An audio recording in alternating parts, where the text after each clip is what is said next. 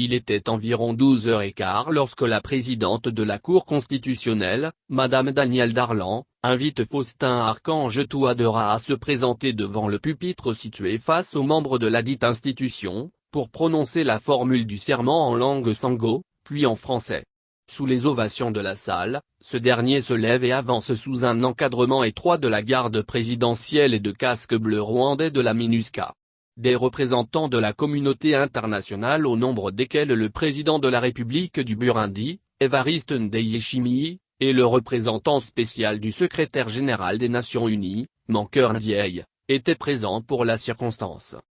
C'est debout et découvert, la main gauche posée sur la Constitution et la main droite levée que Faustin Archange Touadéra a fait la promesse solennelle devant la nation centrafricaine de remplir les tâches inhérentes à sa fonction.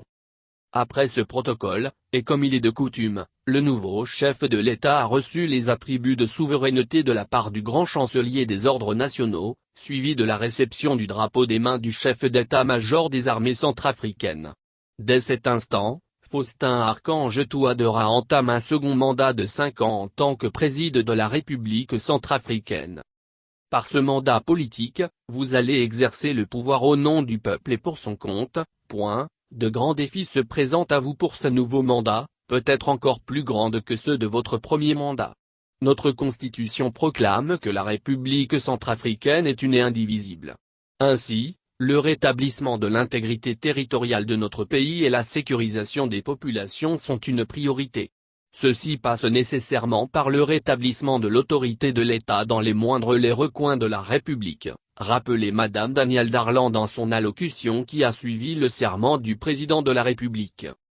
Mon vœu est qu'à l'issue de ce mandat, il n'y ait plus aucun groupe armé actif sur le territoire national et que le DDRR soit complètement achevé, a renchéri Faustin Archange Touadéra lors de son intervention. Et de promettre, la lutte contre l'impunité sera la colonne vertébrale de mon quinquennat. Le président réélu a reçu tour à tour les congratulations des personnalités présentes à la cérémonie. Dehors, à l'entrée de l'Assemblée nationale, lieu de cet événement, à l'instar de nombreux espaces publics de la capitale, des foules s'y sont massées, qui chantant et dansant, le tout enrobé des yeux, gestes et vigilance des forces armées centrafricaines, FACA, des forces de défense et de sécurité, FECI, et des soldats de la paix de l'ONU qui régulent mais aussi rassurent et protègent le public. Ces gestes, il faut le rappeler, entrent dans la droite ligne du plan intégré de sécurisation des élections en RA où la MINUSCA y joue pleinement sa partition, dans le cadre du mandat qui lui a été assigné par le Conseil de sécurité de l'ONU.